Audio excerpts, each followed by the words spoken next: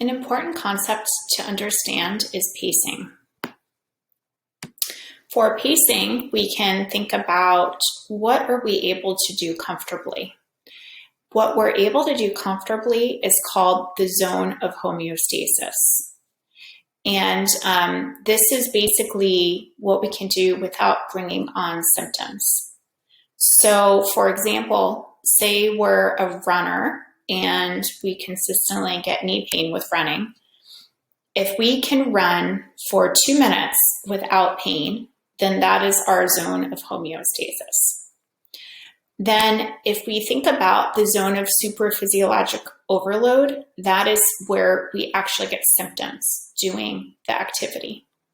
And zone of structural failure is when we do so much activity that it basically causes damage. That could be a stress fracture in the front of our knee, in the tibia, or something like that. And so zone of subphysiologic underload is basically not really pushing ourselves to what we can do at our maximum without symptoms. So load is on this side, and you can see frequency is on the bottom. And what we can do is kind of think about the load and frequency. So maybe running very slowly is load, and maybe that's right here. Maybe it could be 5 miles per hour or something like that. And then frequency could be either how often we do it or how long we do it. So if we can run at that mile per hour for 2-3 minutes, maybe that would be here. Or maybe we can run slower here, but for a longer period of time. So we can think about our activity as an envelope of function. And the goal is to stay in the zone of homeostasis, but then each day add a little bit more. So maybe today we're here where the black line is. The next day we want to go a little bit more. The next day we go a little bit more. So the question becomes, what if we go a little bit more and it brings on symptoms? Well, in that case, you want to keep the activity level the same and do that a little bit more every single day until our body gets used to it. Because we know we're not in the zone of structural failure. If we're feeling pain running for 5 minutes, for example, then we know, even though we feel pain, it's not like we're doing damage to our knee.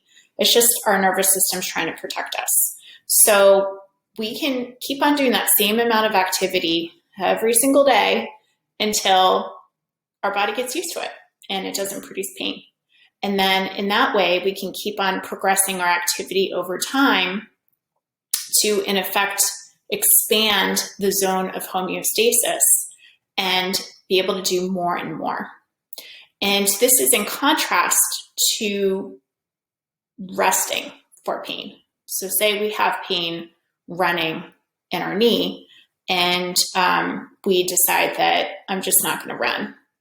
So basically over time, what happens is our envelope of function, instead of expanding, like we just talked about, shrinks. Or maybe it's now here, or maybe it's now here, where we can do less and less before symptoms come on. So we kind of, in effect, back ourselves into a corner when we use rest as a treatment technique. So that is not recommended, and there's strong research to support not resting when there's a problem. So hopefully that's helpful. We use the analogy of running with knee pain. It could be the same thing for lifting heavy items with back pain. So maybe you can only bend down to the level of your knees, and then not below that. And maybe then you can only do it once or twice before back pain comes on. And then maybe you can bend down further and reach down towards your toes after some time and do it for more times per day. And maybe then you can do it with weight and come all the way down to the ground and pick up the weight. So over time, you can see how your envelope of function can expand